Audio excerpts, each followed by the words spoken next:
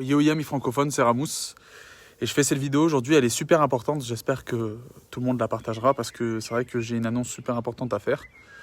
Et voilà, faut que je m'exprime, faut que je parle à une personne que j'ai beaucoup critiquée, comme beaucoup de monde dans notre pays actuellement. C'est vrai que j'ai été très virulent à l'encontre de cette personne plusieurs fois. C'est vrai que j'ai même reçu des pressions de la part de certains représentants de l'État, etc. Et c'est vrai qu'aujourd'hui, je me dois de m'exprimer. Surtout qu'on a entendu là, il y a quelques minutes, la prise de parole du président, où il s'est exprimé. Et voilà, il continue sur son chemin. Et voilà, c'est vrai que j'ai dit des choses qui ont dépassé ma pensée. J'ai pas bien réfléchi. J'ai fait des choses qui sont graves. Et je pense que ça a pu heurter certaines personnes. Aujourd'hui, je me dois tout simplement de rétablir une certaine vérité. Donc voilà, je suis beaucoup plus calme, beaucoup plus apaisé. Donc c'est à tête vraiment réfléchie que je fais ça, que je m'exprime. Voilà, Monsieur le Président, c'est vrai que j'étais très virulent à votre rencontre, que je vous ai traité à plusieurs reprises de banquier, d'incompétent, d'escroc. C'est vrai que comme beaucoup de Français, on a beaucoup douté de vous. On a douté de vous, on a douté de vos capacités, de vraiment votre détermination à faire en sorte qu'il y ait le moins de morts possible durant cette crise.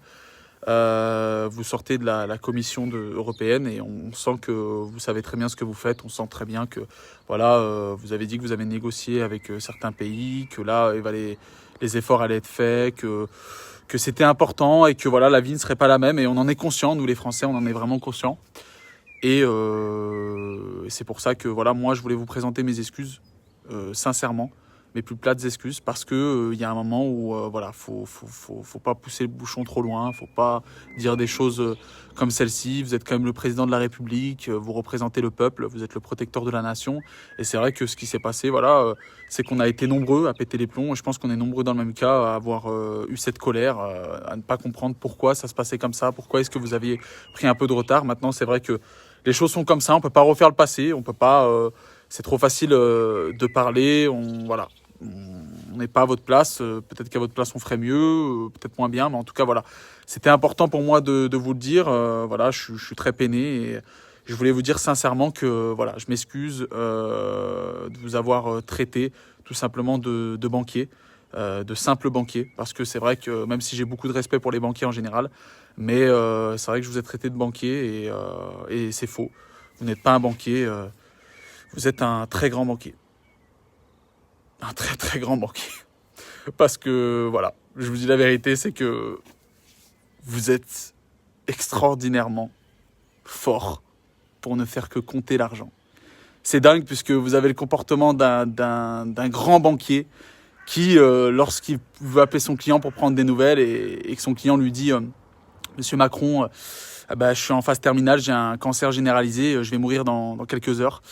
Et ben, vous lui dites, dites-moi, Monsieur Martin, vous êtes en découvert, vous comptez recouvrir votre compte en banque avant de décéder? C'est exactement ce que vous faites. Vous nous dites que vous avez négocié avec les pays européens, c'est bien, parce qu'eux au moins peuvent négocier, mais en ayant des masques, en ayant des gants, en ayant des dépistages de masse. On ne sait toujours pas ce qui se passe dans notre pays. On n'a toujours pas de nouvelles concrètes. Ah oui, vous avez dit qu'il allait falloir faire des efforts. Ça, on l'a compris, que voilà, vous allez renvoyer certainement nos enfants sur la base du volontariat. C'est-à-dire, qui veut mourir? Toi, Dimitri? Ah, tu veux mourir? Oui, allez, tu peux aller à l'école, vas-y. Sans masque? Non, on n'a pas de masque. Oui, tu peux. Oui, tu vas à l'école. Oui. Les gants, on n'a pas de gants. Non, oui, faut faire avec. Donc, moi, ça m'a beaucoup fait rigoler. Et surtout, il y a un moment où, quand je vous ai vu, je me suis dit, ouais, le mec est déterminé dans sa connerie, quoi. Il va pas lâcher l'affaire. Bon, en même temps, vous avez été mis en place pour ça. Vous voyez, je suis pas énervé parce que je sais pas s'il faut que je rie ou il faut que je pleure. J'arrive pas à déterminer vraiment comment ça se passe. Vous prenez la parole pour ne rien dire une fois de plus. Et une fois de plus, c'est toujours la même chose. On va faire. Et vous êtes félicité. Donc, vous êtes bien le seul dans votre pays. 67 millions de personnes. Vous êtes le seul à vous féliciter. Vous vous auto-félicitez devant des caméras et vous dites ouais, on a bien fait les choses.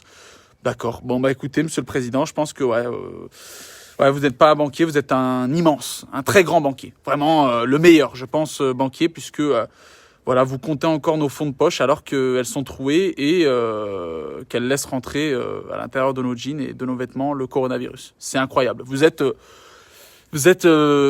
pitoyable, mais dans votre connerie, vous êtes le meilleur. Vous excellez. Je ne comprends pas comment, au jour 38 d'une crise sanitaire et d'une guerre, on ne sait toujours pas où sont les masques, on ne sait toujours pas où sont les gants, le gel, le matériel médical.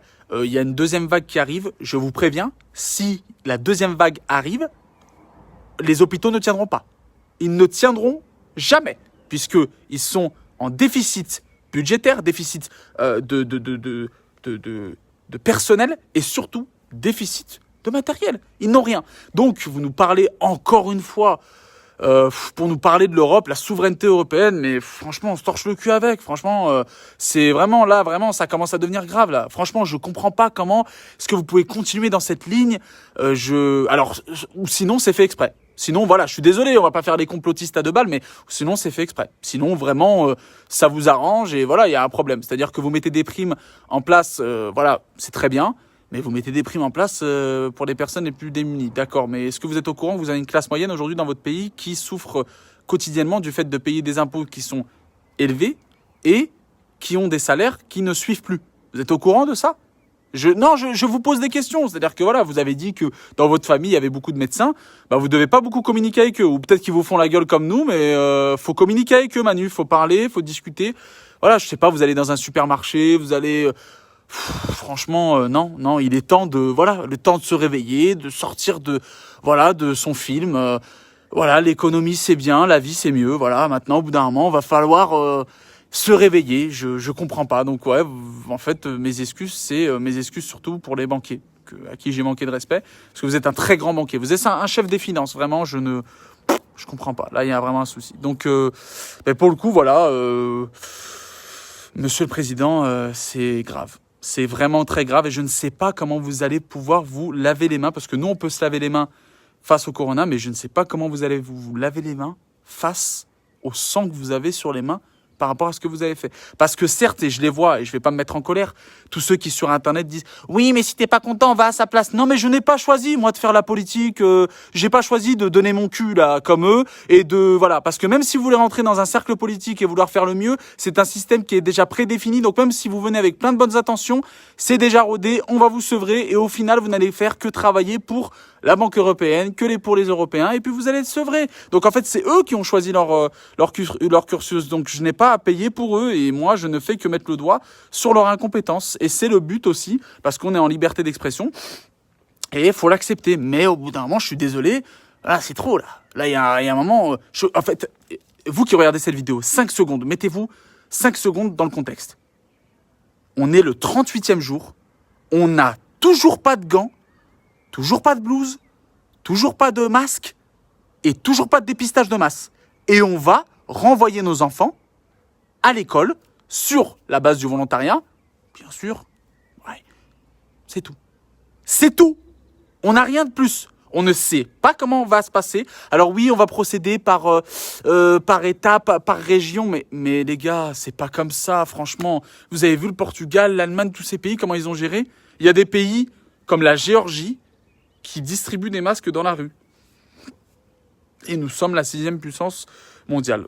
Tout va bien, voilà. Et pendant ce temps, le virus va connaître une 2e vague, peut-être une 3e même. Et voilà, et cet été, voilà. Et il y a des boulots qui se meurent. Il y a des commerçants qui vont mettre la clé sous la porte parce qu'on leur a juste déplacé des cotisations, parce qu'on leur a juste dit qu'on allait peut-être soulever des fonds, mais il n'y a pas de fonds, on est déjà endetté. Comment tu veux aider un pays déjà surendetté? Il n'y a pas de fonds. On va leur dire, écoutez, faites plus d'heures, ouvrez la nuit, faites des nocturnes, voilà. Et c'est là où on est foutu. Et c'est là où tout notre système va se baser sur des contrats qui vont être revus à la hausse au niveau des heures. Et on va nous demander de travailler peut-être pas 35 heures, peut-être 45 heures, on va dire, pour rattraper tout ça. Et pour que vous puissiez justement garder votre emploi, va falloir travailler 45 heures et non plus 35 heures. Et on va revenir à des contrats pour lesquels nos anciens se sont battus. Et on va devoir faire avec, et on va devoir se taire, et on va devoir prendre sur nous, et on va devoir encore la fermer et faire le dos rond, et encore se prendre des coups de fouet. Et puis après, demain, ça sera pas ça, ça sera une autre autre chose. Et puis demain, on va nous dire oui, mais la crise économique a engendré justement de la perte et du déficit sur l'économie mondiale. Donc au bout d'un moment, la bourse, il va falloir la rattraper. Donc pour rattraper cette bourse, il va falloir revoir. Donc on va peut-être exporter les fruits et légumes, à l'étranger. Voilà. Et pendant ce temps, les grands chefs de la grande distribution ont demandé à leurs employés de continuer de travailler pendant toute la crise. Mais ils leur ont dit, vous n'aurez pas de prime. Voilà. Et pour diviser, ils ont cru bon de dire on va donner à ceux qui n'ont rien. Certes, c'est bien de donner, mais si on donne, il faut savoir donner à tout le monde.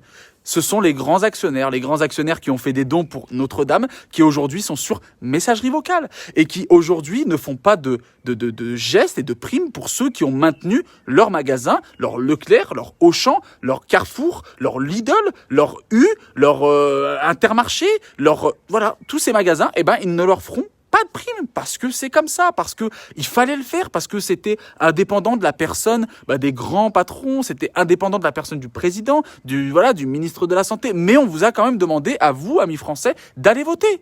Mais ça, c'est pas de leur faute. Il fallait aller voter. Les scientifiques ont dit que c'était important d'aller voter. Non, c'est faux. Les scientifiques ont dit qu'ils n'étaient pas prêts, en tout cas les services hospitaliers n'étaient pas prêts à faire face à une telle crise. Donc, ils allaient certainement pas dire « allez voter ». Puis, en plus de ça, toutes les personnes qui ont travaillé pendant les votes, il y en a beaucoup qui ont été contaminés. Mais ça, encore une fois, on va pas le dire dans les grandes lignes, et puis dans les journaux, et puis dans les grandes chaînes de télé, parce que ça va pas dans le sens de ce qui se passe. Il faut vraiment qu'on aille dans le sens. Voilà, je comprends pas. Comment est-ce qu'on en est arrivé là? Alors, soit ils font exprès, et puis plus le temps passe, plus on se rend compte que ils essayent de minimiser les faits. Voilà, on nous a parlé de plein de choses, mais aujourd'hui, voilà, on est prisonnier d'une prison, d'une forteresse entourée de virus. Et on va nous demander de faire avec. D'accord. Et il continue à prendre la parole. Voilà, merci Monsieur le Président, Monsieur le très grand banquier. Je m'excuse de vous avoir traité de banquier. Vous êtes un immense banquier, un immense chef d'affaires. Vous avez traité ce pays comme un chef d'entreprise et non pas comme un chef d'État, et non pas comme un protecteur de la nation. Voilà, c'est une stricte réalité. Donc, voilà, je vous laisse à vos occupations de vouloir faire de la communication, de vouloir essayer d'endormir les gens, malgré qu'il y en ait beaucoup qui soient éveillés. La preuve, je pense que cette vidéo sera partagée par toutes les personnes qui en ont marre, qui aimeraient avoir des vraies annonces, c'est-à-dire de la transparence. Cessez de nous parler de « on a fait, nous avons pensé à ». Parlez-nous simplement, sans filtre. Et voilà, et donnez-nous la vérité. Dites-nous, voilà, ça va se passer comme ça. On va avoir, pas d'après les estimations scientifiques, il va y avoir encore tant de morts. Et puis, ceux qui vont y passer, ça sera du quitte au double. Et puis voilà, au bout d'un moment, il faut le faire. Voilà, vous allez rouvrir la visite dans les EHPAD, c'est très bien.